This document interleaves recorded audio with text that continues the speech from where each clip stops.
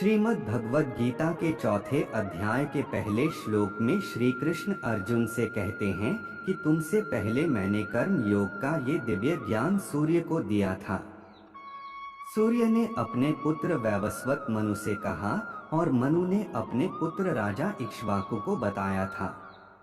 इस तरह ये ज्ञान ऋषियों तक पहुंचा, लेकिन बहुत समय बीत जाने की वजह से मनुष्य लोक में ये ज्ञान लुप्त हो गया है।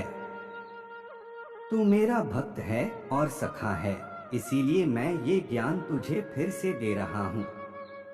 श्री कृष्ण की ये बातें सुनकर अर्जुन ने पूछा कि आपका जन्म तो अभी हुआ है, सूर्य देव का जन्म तो बहुत पहले हो चुका है, तो ये बात मैं समझ नहीं पा रहा हूँ।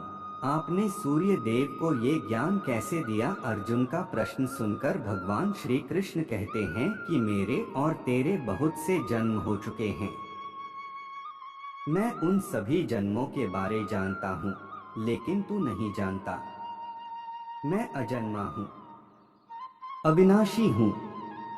जब जब धरती पर धर्म घटता है और अधर्म बढ़ता है, तो मैं अपनी योग माया से प्रकट होता हूँ। मैं मेरे भक्तों की, संतों की रक्षा के लिए और पापियों का अंत करने के लिए अवतार लेता हूँ।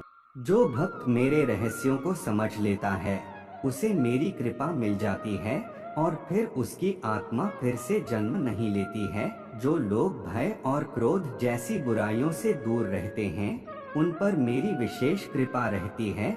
जो भक्त जिस तरह मेरी कृपा चाहता है, मैं उसी तरह उन पर कृपा करता हूँ, क्योंकि सभी मनुष्य मेरे ही मार्ग का अनुसरण करते हैं।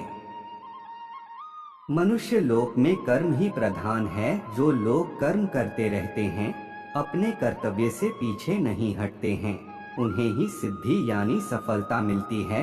इसीलिए हर व्यक्ति को अपने कर्म करते रहना चाहिए।